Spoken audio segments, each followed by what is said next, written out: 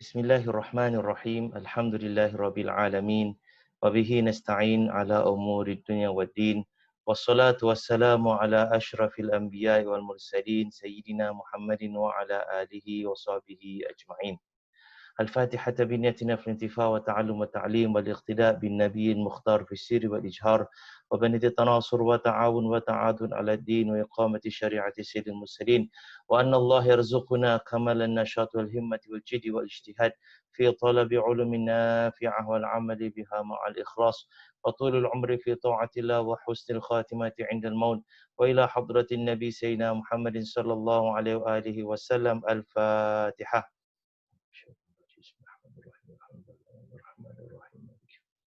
إياك نعبد وإياك نستعين اهدنا الصراط الذين أنعمت عليهم غير المغضوب عليهم ولا الضالين. بسم الله الرحمن الرحيم. الحمد لله رب العالمين. اللهم صل وسلم على سيدنا محمد وعلى آله وصحبه أجمعين. اللهم ارزقنا يا رب فهم النبيين حفظ المرسلين وإلهام الملائكة المقربين في عافية يا أرحم الراحمين. وصلى الله على سيدنا محمد وعلى آله وصحبه وسلم والحمد لله رب العالمين. السلام عليكم ورحمة الله وبركاته. Alhamdulillah wassalatu wassalamu ala Rasulillah wa ala alihi wa sahbihi wa man walah. Muslimin dan muslimat dirahmati Allah. Alhamdulillah kita teruskan pengajian ulum Quran kita dan kita masih lagi dalam pembahasan berkenaan dengan asbabun nuzul. Dan pada kuliah yang lepas saya dah terangkan tentang cara yang pertama bagi seseorang itu nak mengetahui tentang asbabun nuzul. Jadi pada kali ini kita akan lihat kepada cara yang kedua dan cara yang ketiga pula. Dalam buku kitab kitab ulum Quran saya tersebut, pada bahagian asbabun nuzul, bahagian yang ketiga, kita lihat di sini, kita dapat mengetahui pada kuliah yang lepas bahawasanya cara pertama untuk mengetahui asbabun nuzul ini ialah apabila sahabat yang terbabit dan terlibat dalam penurunan ayat tersebut atau ayat itu diturunkan kerana sahabat itu yang menceritakannya. Contohnya seperti bahagian pertama ni iaitu Sayyidina Zubair bin Al-Awwam menerangkan bahawasanya ayat dalam surah An-Nisa ayat 65 ini yang mana Allah SWT berfirman, A'udzubillahi minasyaitonirrajim, Bismillahirrahmanirrahim. Fala wa rabbika la yu'minuna hatta yuhakkimuka fima shajara bainahum thumma la yajidu fi anfusihim haraja mimma qadaita wa yusallimu taslima. Yang mana bermaksud, maka demi Tuhanmu wahai Muhammad sallallahu alaihi wasallam, mereka tidak disifatkan beriman sehingga mereka menjadikan engkau hakim dalam mana-mana perselisihan yang timbul di antara mereka. Kemudian mereka pula tidak merasa di hati mereka sesuatu keberatan dari apa yang telah engkau hukumkan dan mereka menerima keputusan itu dengan sepenuhnya. Nah, ayat ini kata Zubair diturunkan berkenaan dengan kisah aku yang ada sedikit perselisihan faham dan juga pertengkaran dengan jiran kebunnya iaitu Hatib bin Abi Balta'ah. Jadi cara pertama untuk mengetahui asbabun nuzul ialah sahabat itu sendiri yang menceritakan bahawa ayat ini diturunkan kerana aku. Jadi ini merupakan riwayat asbabun nuzul yang paling kuat kerana dia menceritakan first hand dirinya. Nah, cara yang kedua ialah second hand story. Maknanya sahabat menyaksikan penurunan ayat tersebut berkenaan dengan sahabat yang lain. Ayat itu turun kerana peristiwa sahabat lain, tapi sahabat ini menyaksikan. Jadi sahabat ini yang meriwayatkan, oh ayat ini diturunkan kerana cerita yang itu. Sahabat itu yang pasal sahabat itulah. Sahabat si A ni, maka turun ayat. Jadi ini cara yang kedua untuk mengenali asbabun nuzul dan ini merupakan cara yang kedua sahih yang boleh diterima. Cara pertama yang paling kukuh yang boleh kita terima, cara yang kedua ni yang kurang sedikit. Cara yang kedua di sini antara contohnya ialah apa yang diriwayatkan oleh Aisyah radhiyallahu anha. Aisyah radhiyallahu anha meriwayatkan kisah Khawlah binti Tha'labah yang telah kita lihat dan kupas ceritanya berkenaan dengan pengaduannya kepada Rasulullah sallallahu alaihi wasallam atas perbuatan suaminya Aus bin Samit yang menziharkannya. Kerana itu diturunkan surah Al-Mujadilah. Jadi kisah Khawlah bin Tha'labah ini bukan disampaikan oleh Khawlah sendiri. Walaupun Khawlah itu merupakan kerana dialah diturunkan surah Mujadilah tersebut, tetapi kisah Khawlah binti Tha'labah ini disampaikan oleh Aisyah radhiyallahu anha. Jadi periwayatan berkenaan dengan penurunan ayat itu disampaikan oleh sahabat yang lain yang menyaksikan penurunan ayat ataupun surah tersebut. Jadi berkata Aisyah radhiyallahu anha, dia mendengar sendiri kata-kata Khawlah radhiyallahu anha kepada Rasulullah SAW. Dia dengar indirect. Sebab Khawlah jumpa dengan Rasulullah SAW dan rumah tersebut adalah rumah Aisyah radhiyallahu anha. Dan Khawlah berkata, wahai Rasulullah SAW, masa mudaku telah berlalu, perutku telah kendur kerana suamiku. Maknanya dah tua lah. Apabila aku sudah tua bangka dan tidak boleh melahirkan anak lagi, suamiku menziharkan aku. Maknanya suamiku dah tak nak sentuh aku lagi. Jadi dia rasa dirinya macam terhina. Adakah kerana waktu aku muda saja suami aku nak aku, sedang aku dah tua suami aku dah tak nak aku. Setelah aku melahirkan segala anak-anak baginya, maka kemudian dia tolak aku ke tepi. Jadi dia mengadu kepada Allah SWT dan kata-katanya ini disampaikan oleh Aisyah radhiyallahu anha dalam hadisnya yang meriwayatkan berkenaan dengan penurunan surah Al-Mujadilah. Jadi ini merupakan cara yang kedua bagaimana kita boleh kenal asbabun nuzul, sebab-sebab turunnya ayat. Sahabat yang meriwayatkan kisah tersebut, dia sendiri menyaksikan penurunan ayat itu. Cuma penurunan ayat itu bukan kena dengan dia, kena dengan orang lain. Cara yang ketiga ialah sahabat tersebut yang meriwayatkan asbabun nuzul ini, dia terangkan, dia tafsirkan sebab turunnya ayat itu. Jadi dia tidak menyaksikan, mungkin sahabat lain menyaksikan, sampaikan kepadanya, tapi dia tahu sebab kenapa ayat itu, surah itu diturunkan.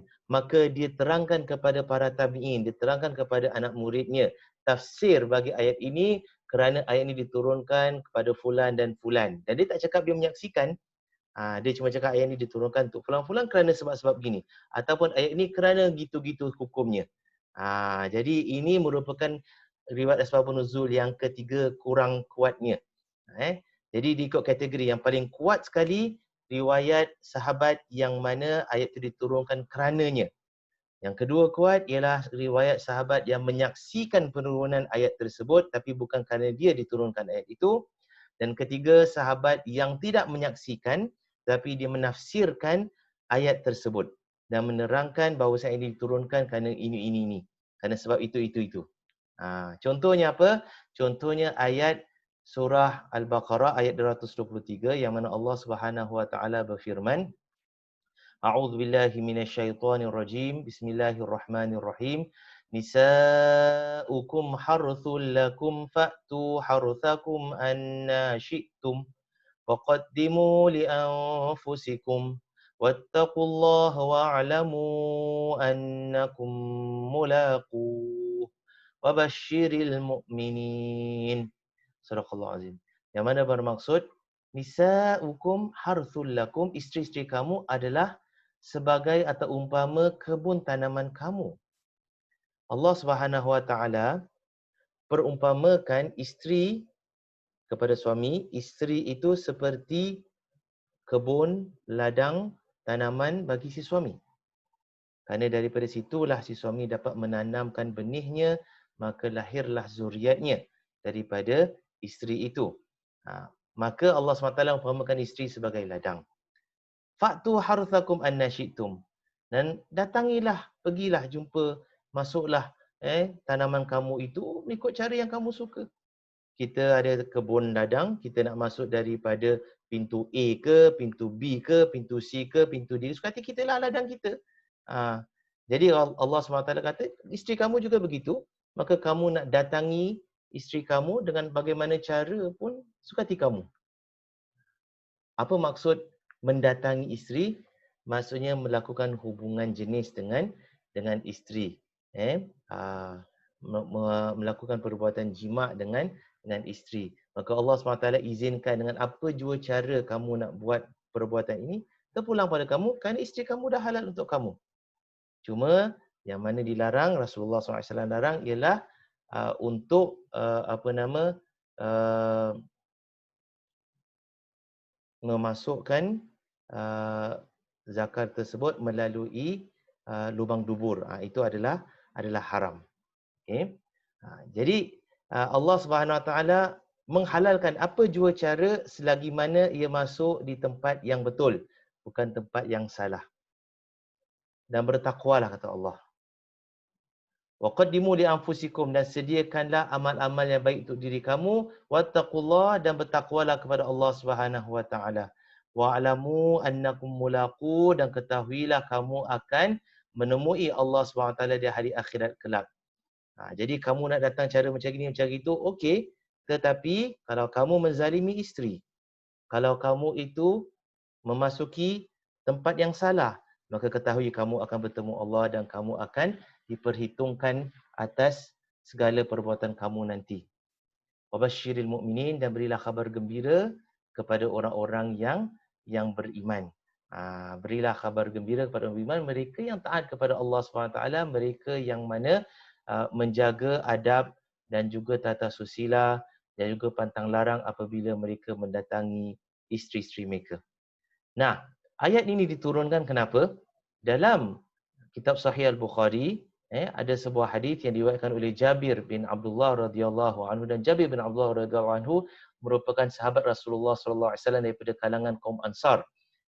Dan Sayyidina Jabir berkata, orang-orang Yahudi ini mereka berpendapat bahawa jika seseorang mendatangi isterinya dari belakang, maka anak yang akan keluar akan juling matanya.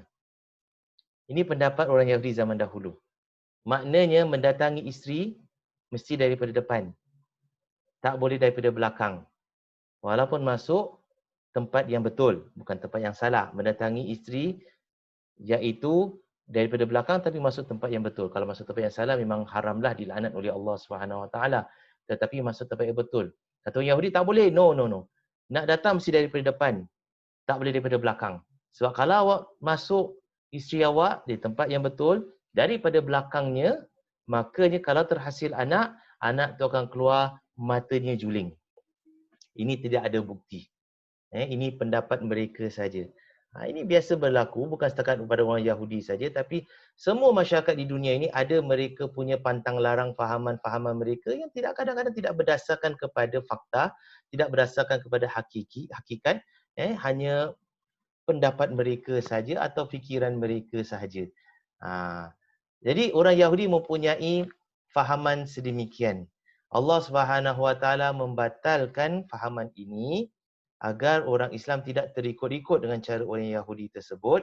Maka Allah halalkan untuk si suami mendatangi isteri daripada mana sudut yang si suami itu suka, asalkan tempat masuk itu tempat yang betul. Jangan masuk tempat dubur. Masuklah tempat yang betul yang dihalalkan oleh Allah SWT untuk si suami. Dan anak itu tidak akan lahir dengan mata yang juling. Jadi kerana itu kata Jabir, kerana fahaman orang Yahudi ini yang mungkin orang Arab terikut-ikut, Allah Subhanahu Wa Taala turunkan ayat 223 surah Al-Baqarah. Jadi kita lihat di sini, Jabir radhiyallahu anhu tidak menyaksikan ayat itu turun. Tapi Jabir radhiyallahu anhu mengetahui sebab mengapa ayat itu diturunkan oleh Allah Subhanahu Wa Taala. Jadi kerana itu, Jabir radhiyallahu anhu memberikan tafsiran pada ayat ini mengikut daripada sudut asbabun nuzulnya. Ayat ini diturunkan kerana ini. Dia tak mengatakan dia menyaksikan ayat itu turun, tapi dia tahu kenapa ayat itu diturunkan. Jadi ini merupakan cara ketiga bagi mengetahui asbabun nuzul. Nah, tak ada cara lain untuk mengetahui asbabun nuzul melalui tiga cara ini. Dan mesti daripada riwayat sahabat. Kalau tabi'in meriwayatkan, kita tak boleh terima sebab tabi'in dia tidak hidup sezaman Rasulullah sallallahu alaihi wasallam. Hanya sahabat saja hidup zaman Rasulullah sallallahu alaihi wasallam. Dan riwayat yang paling kuat kita boleh terima sahabat yang mana menyatakan kerana aku ayat itu diturunkan. Ini paling kuat. Yang kedua kuat ialah ayat ataupun sahabat yang menyatakan aku menyaksikan ayat ini diturunkan ke atas fulan dan kerana fulan dan fulan. Dia menyaksikan. Okey, jadi ini second kuat. Yang ketiga kuat ialah sahabat yang tak menyatakan dia menyaksikan ataupun tak menyatakan kerana dia diturunkan, tapi dia menerangkan sebab mengapa ayat itu diturunkan. Mungkin diambil daripada sahabat yang lain. Jadi ada 3 sebab ini. Kalau ada percanggahan antara riwayat ini, riwayat ini, masa tu kita nak utamakan. Itu yang kita akan pindah pada bahagian yang seterusnya, iaitu percanggahan antara 2 atau lebih asbabun nuzul. Nah, jika terdapat percanggahan antara 2 atau lebih asbabun nuzul bagi sesebuah ayat atau surah, maka cara penyelesaiannya adalah seperti berikut. Pertama, jika semua riwayat yang bercanggah itu tidak menyatakan dengan jelas asbabun nuzul, maka riwayat-riwayat tersebut dianggap sebagai pendapat dan tafsir daripada para sahabat. Ini pertama. Sekarang ini ada 2 riwayat. Riwayat 1 mengatakan ayat ini diturunkan atas A. Riwayat 2 menyatakan ayat ini diturunkan kerana B. Riwayat ketiga mengatakan ayat ini diturunkan kerana C. Jadi ada A, B dengan C. Ada 3 riwayat. Semuanya bercanggah. Macam mana kita nak satukan? Macam mana kita nak katakan? Kita tak boleh cakap, oh hanya satu saja betul, lain dua, yang dua salah. Kita tak ada bukti yang lagi 2 tu salah. Mengapa kita kata ni satu yang betul saja, yang 2 tu salah? Jadi kemungkinan 3-3 riwayat ini betul. Kemungkinannya 3-3 ni salah juga. Jadi kerana dia bercanggah tu, kita sebagai seorang Muslim yang berbaik sangka, maka kita anggap 3-3 riwayat ni betul. Yang meriwayatkan tu tidak berdusta, sahabat tu tidak berdusta. Tapi bagaimana kita nak satukan atau nak elakkan percanggahan tersebut? Kita nak satukan 3-3 riwayat ini agar tidak ada percanggahan antara ketiga-tiga riwayat tersebut. Cara pertama ialah apa? Kita lihat kepada riwayat-riwayat itu. Alright. Riwayat-riwayat ini jika riwayat tersebut dianggap sebagai pendapat tafsir daripada para sahabat. Jika semua riwayat bercanggah itu tidak menyatakan dengan jelas asbabun nuzul, semua tidak menyatakan jelas, maka semua riwayat tersebut dianggap sebagai pendapat dan tafsir para sahabat sahaja. Maknanya ketiga-tiga pendapat ini tak menyatakan ayat ini diturunkan untuk A, ayat ini diturunkan untuk B, ayat ini diturunkan untuk C. Tidak. Tiga-tiga riwayat ini menyatakan ayat ini kerana hukumnya begini-begini. Riwayat kedua pula mengatakan ayat ini kerana hukumnya begitu-begitu. Jadi ada 2 riwayat yang bercanggah, yang begini-begini, yang begitu-begitu. Tapi kedua-dua riwayat ini sahabat yang menyampaikan tidak menyatakan dengan jelas kepada siapa diturunkan, bila diturunkan, kenapa diturunkan. Jadi dengan ini kita atau para ulama mengambil pendekatan kedua-dua riwayat ini kita anggap walaupun bercanggah tetapi kedua-dua riwayat ini hanyalah pendapat dan tafsiran para sahabat. Pendapat dan tafsiran para sahabat mungkin betul, mungkin salah. Kerana itu adalah ijtihad. Jadi kita cakap itu adalah asbabun nuzul. Tidak. Bercanggah kerana ini adalah tafsiran yang berbeza antara para sahabat. Dan sahabat juga seperti manusia lain ada mereka punya tahap kecerdikan, kefahaman mereka terhadap ayat Al-Quran. Jadi ada sahabat yang lebih cerdik daripada yang lain. Manusia seperti manusia yang lain. Ada sahabat yang lebih mengetahui maksud ayat tersebut. Ada sahabat yang kurang.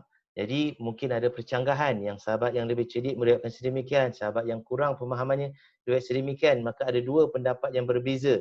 Maka kita tak katakan bahawasanya asbabun nuzul ini ada 2 pendapat yang bercanggah. Tidak. Kita katakan bahawasanya ini adalah pendapat sahabat.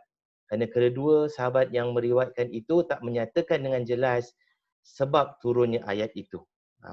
Jadi ini cara seseorang nak nak mengelakkan percanggahan antara 2 pendapat. Kita tak anggap dia itu asbabun nuzul, tapi kita anggap dia itu adalah tafsiran para sahabat.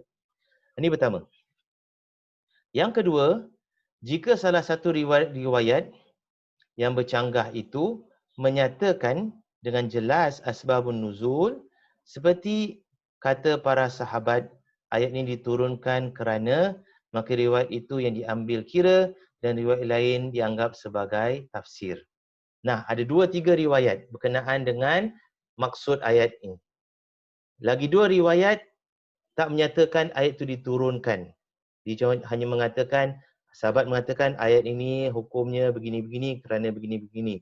Dan riwayat ini pun juga mengatakan, oh ayat ini diturunkan kerana begitu-begitu dan begini-begini. Sedangkan riwayat ketiga mengatakan ayat ini diturunkan atas seseorang. Ayat ini diturunkan kerana orang itu berjumpa itu dengan ini. Jadi dia menyatakan dengan jelas kenapa ayat itu diturunkan, kepada siapa diturunkan, apakah latar belakang cerita diturunkan, maka pendapat sahabat ini yang diterima sebagai asbabun nuzul. Sedangkan dua pendapat yang lain kita anggap sebagai tafsiran para sahabat sahaja. Ini cara yang kedua. Nah, cara yang ketiga ialah jika semua riwayat yang bercanggah itu menyatakan dengan jelas asbabun nuzul. Ini problem.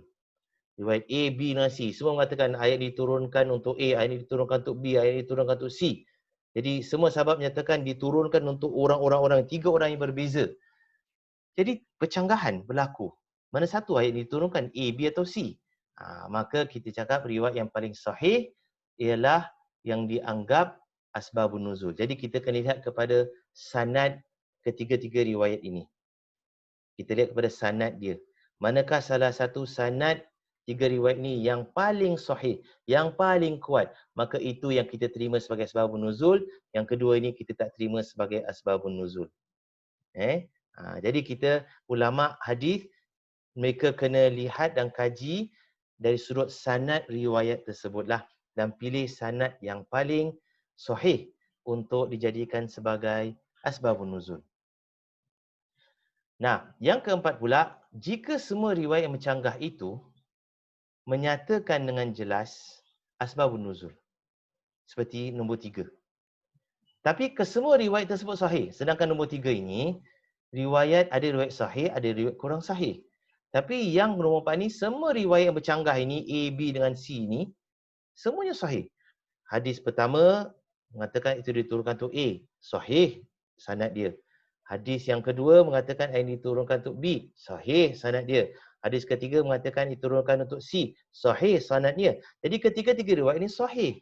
Jadi mana satu yang betul sebenarnya? Macam mana kita nak pilih yang dikatakan betul-betul asbabun nuzul? Maka para ulama pilih riwayat yang mempunyai faktor yang menjadikannya lebih kuat. Seperti faktor penyaksian sahabat terhadap peristiwa tersebut. Jadi ketiga-tiga riwayat ini sahih, maka para ulama akan cari apakah faktor-faktor lain yang boleh membezakan salah satu daripada tiga ini untuk menjadikan dia riwayat yang paling kuat. Kalau dari sudut sanad dah tak boleh nak bezakan, kita lihat pada sudut faktor yang lain. Apakah faktor tersebut? Para ulama mengatakan kita lihat tentang sahabat yang meriwayatkannya. Siapa yang menyatakan bahawasanya dia menyaksikan? Dia menyaksikan. Kalau sekiranya riwayat pertama mengatakan, sahabat itu mengatakan, saya menyaksikan. Riwayat kedua tidak menyatakan yang dia menyaksikan. Riwayat ketiga tidak menyatakan yang dia menyaksikan. Maka riwayat pertama yang kita anggap sebagai asbabun nuzul kerana dia paling kuat. Walaupun ketiga-tiga sanad itu sahih, tetapi riwayat pertama ni sahabat tu nyata dengan jelas, saya menyaksikan. Sedangkan riwayat kedua dan ketiga, sahabat itu tidak menyatakan yang dia saksikan. Mungkin disampaikan kepadanya. Mungkin betul atau tidak. Jadi, dipilih riwayat yang mana sahabat itu menyatakan dengan jelas yang dia itu saksikan penurunan ayat tersebut. Okay? Jadi, cara yang keempat. Nah, yang kelima. Kalau semua riwayat itu bercanggah, A, B dengan C. Dan semuanya menyatakan dengan jelas asbabun nuzul. Riwayat pertama, sahabat A mengatakan, aku menyaksikan. Riwayat kedua, sahabat B mengatakan, aku menyaksikan. Riwayat ketiga, C menyatakan, aku menyaksikan. Jadi semuanya sama.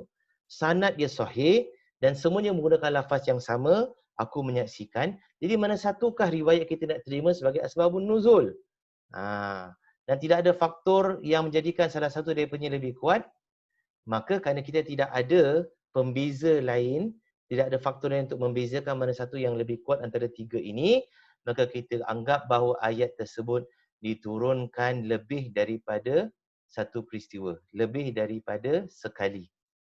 Yang berlaku yang tidak jauh jarak masa antara mereka. Maknanya apa? Maknanya kita anggap ketiga-tiga riwayat ini sahih, betul, tiga-tiga ni asbabun nuzul, sebab sahabat tak berdusta, maka sahabat ini mengatakan aku menyaksikan ayat itu diturunkan kepada si fulan. Yang ini pula mengatakan aku lihat ayat ini diturunkan kerana fulan yang itu. Yang ini mengatakan aku lihat ayat itu diturunkan untuk fulan yang sana pula. Jadi tiga lelaki yang berbeza, tiga riwayat yang berbeza. Maka kita anggap ayat itu diturunkan 3 kali untuk 3 orang tersebut. Dan setiap kali diturunkan disaksikan oleh sahabat yang berbeza-beza. Jadi tidaklah maknanya mereka berdusta atau bercanggah dan tidaklah dua daripadanya salah dan satu betul. Tidak. Kita anggap tiga-tiganya betul kerana ayat itu diturunkan 3 kali untuk 3 peristiwa yang berbeza-beza yang mana jarak masa yang berlaku antara dua peristiwa tersebut, antara 3 peristiwa ini tidak jauh. Kalau jauh, sahabat akan menyatakan, oh ayat ini dah diturunkan sebelumnya kerana diturunkan lagi. Tapi ini tiga-tiga ini, ayat ini mengatakan ayat ini diturunkan atas sebab A. Dia tak cakap ayat ini diturunkan kali kedua atau kali ketiga. Jadi dia tak tahu ayat itu diturunkan kali kedua, kali ketiga. Macam mana dia boleh tak tahu? Kerana ayat itu diturunkan tak jauh jaraknya. Jadi ayat itu diturunkan untuk peristiwa satu, sahabat A mengatakan yes. Tak lama lagi berlakulah peristiwa kedua. Ayat yang sama diturunkan. Maka sahabat B, dia tak tahu ayat itu dah diturunkan sebelumnya. Maka dia katakan, oh okay, yes. Ini diturunkan untuk peristiwa ini. Kemudian tak lama lagi berlaku pula peristiwa satu lagi. Maka disaksikan oleh sahabat C. Maka sahabat C tak tahu dah diturunkan dua sebelumnya. Dah diturunkan 2 kali. Maka dia menyatakan, oh ini pertama kali diturunkan. Kenapa dia tak tahu? Sebabnya tempoh masa berlaku peristiwa A, B dan C ini tidak jauh. Kalau jauh, sahabat tu sudah pasti tahu kerana apa? Dia menjadi sebahagian daripada Al-Quran yang dibacanya hampir setiap harilah oleh sahabat. Jadi contohnya ialah apa? Contohnya ayat 6 hingga 9 surah An-Nur berkenaan dengan hukum li'an. Allah Subhanahu wa taala berfirman di sini, a'udzubillahi minasyaitonirrajim. Bismillahirrahmanirrahim.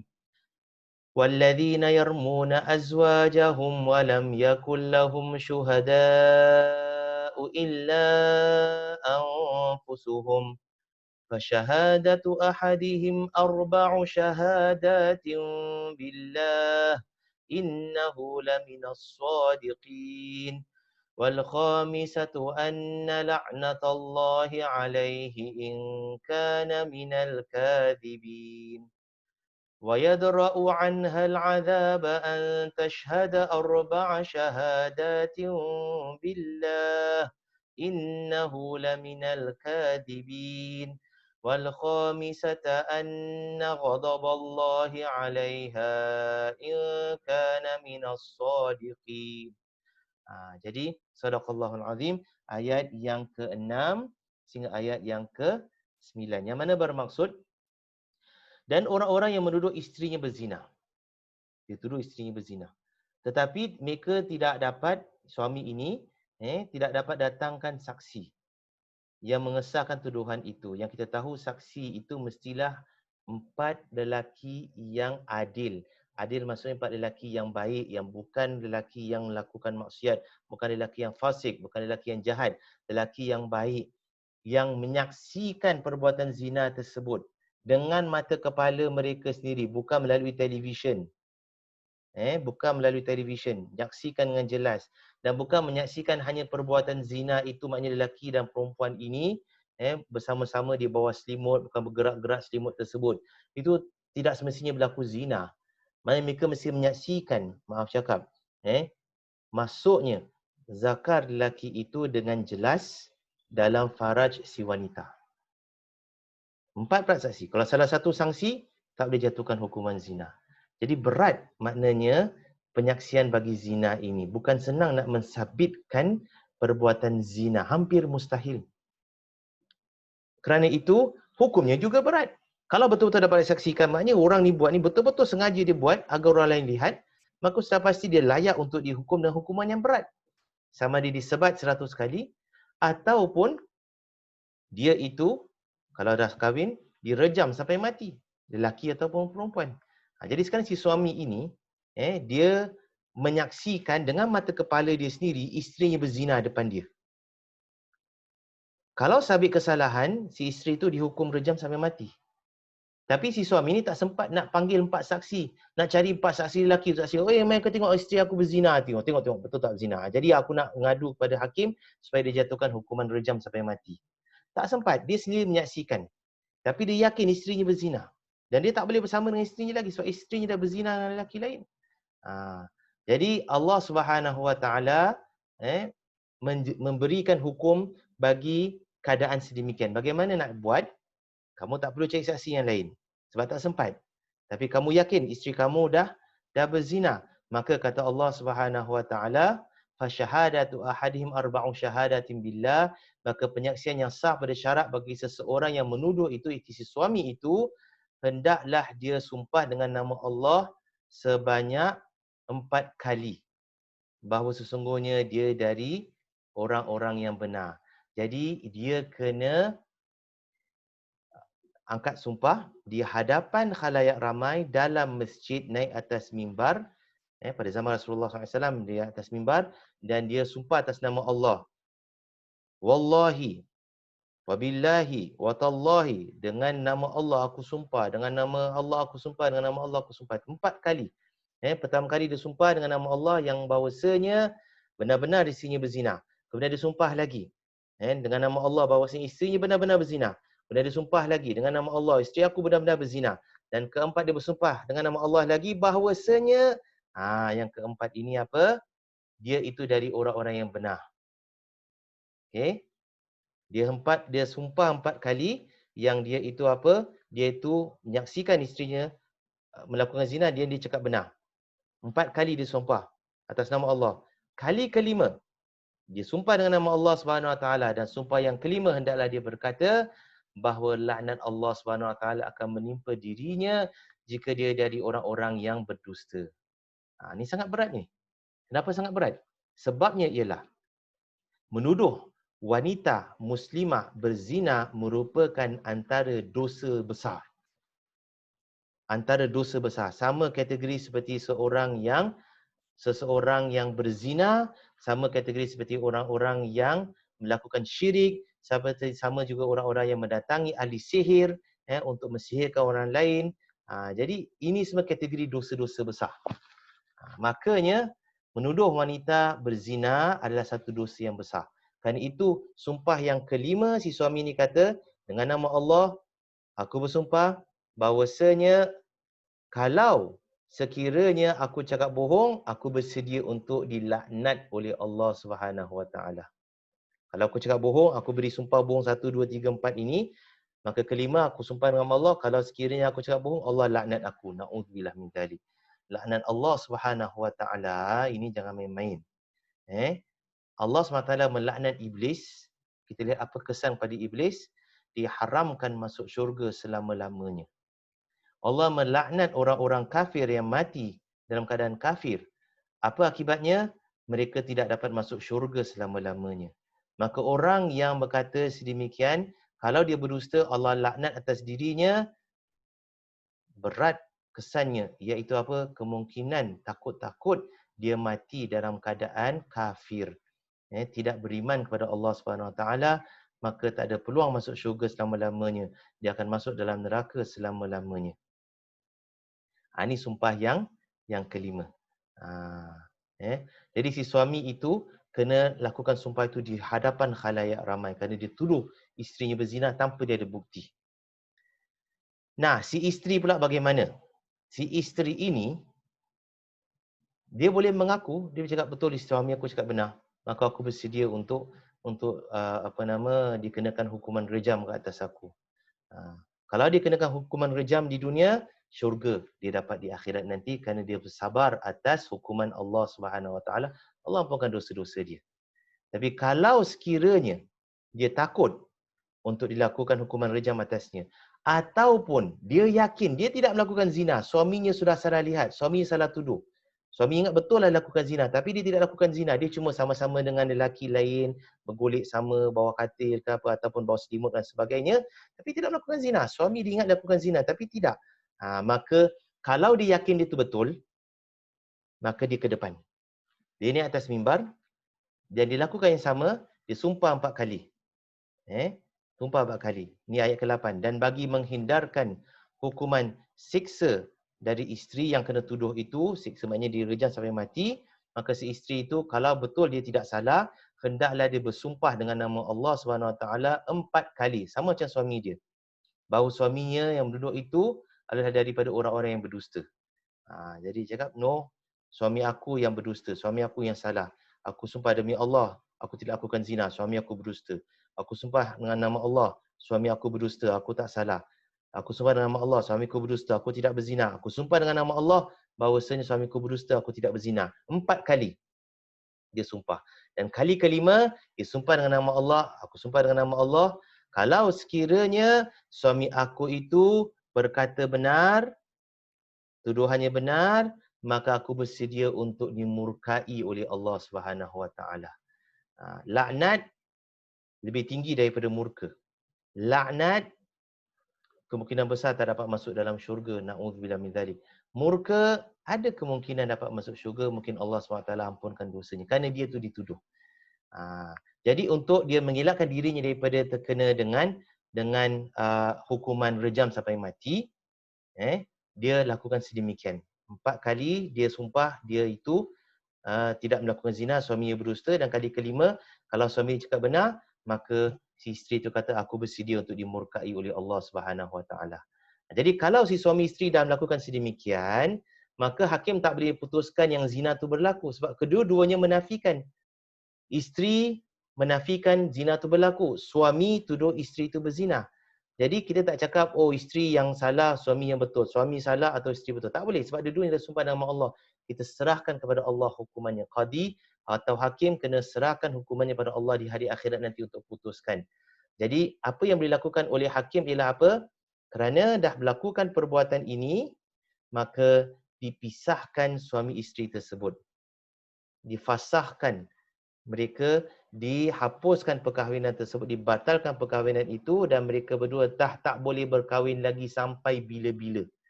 Walaupun mereka dah baik-baik selepas itu, walaupun mungkin si isteri itu mengaku salah atau si suami itu mengaku salah, dia salah tuduh ke apa, dah tak boleh bersatu lagi selama-lamanya. Sampailah kedua-duanya mati. Jadi hukum ini dinamakan sebagai hukum li'an. Li'an daripada perkataan laknat, bersempena dengan sumpahan daripada si suami yang bersedia untuk dilaknat oleh Allah kalau dia itu menuduh isterinya melakukan zina, sedangkan si isteri itu tidak melakukan zina. Jadi hukum li'an ini diturunkan pada zaman Rasulullah SAW lebih daripada sekali. Dan kita lihat di sini. Kita lihat di sini, mana dia tadi? Subhanallah.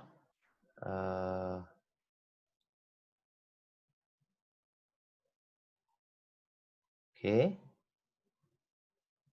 Berkenaan di sini, Imam Al-Bukhari menyatakan bahawa ayat ini diturunkan atas peristiwa yang melibatkan Hilal bin Umayyah radhiyallahu anhu dan isterinya. Kemudian ada riwayat lain mengatakan peristiwa ini diturunkan atau ayat ini diturunkan kerana peristiwa pertanyaan Uwaimir, bukan Hilal tapi Uwaimir radhiyallahu anhu kepada Rasulullah sallallahu alaihi wasallam. Jadi ada dua riwayat di sini. Satu, peristiwa diturunkan atas Hilal bin Umayyah. Hilal bin Umayyah yang melakukan perbuatan atau yang memberikan sumpah laknat tersebut. Dan yang kedua adalah Uwaimir. Dia mengatakan Uwaimir tanya, bukan kerana salah satu peristiwa tapi pertanyaan Uwaimir kepada Rasulullah sallallahu alaihi wasallam sahaja. Jadi ada dua di sini dikatakan sebagai sebab ayat-ayat 6 hingga 9 surah An-Nur itu diturunkan. Jadi kita tak cakap bahawasanya percanggahan, oh tidak, Uwaimir tidak diturunkan atas Hilal atau diturunkan atas Uwaimir. Tidak. Kita mengatakan bahawasanya ayat diturunkan untuk dua peristiwa. Satu, peristiwa Hilal, dan kedua kerana pertanyaan Uwaimir itu sendiri. Mungkin Uwaimir tanya dahulu, kemudian Hilal datang cakap, wah aku punya sebab akulah Uwaimir tanya. Mungkin. Jadi ada dua riwayat dan kita katakan dua riwayat ini benar. Dan dia peristiwa yang berlaku mungkin pada hilal tapi ditanya oleh Uwaimir dahulu. Dan begitulah maknanya kita ini dapat satukan dua riwayat yang bercanggah dari asbabun nuzul. Ini berkenaan hukum li'an. Jadi kita sampai di sini dahulu.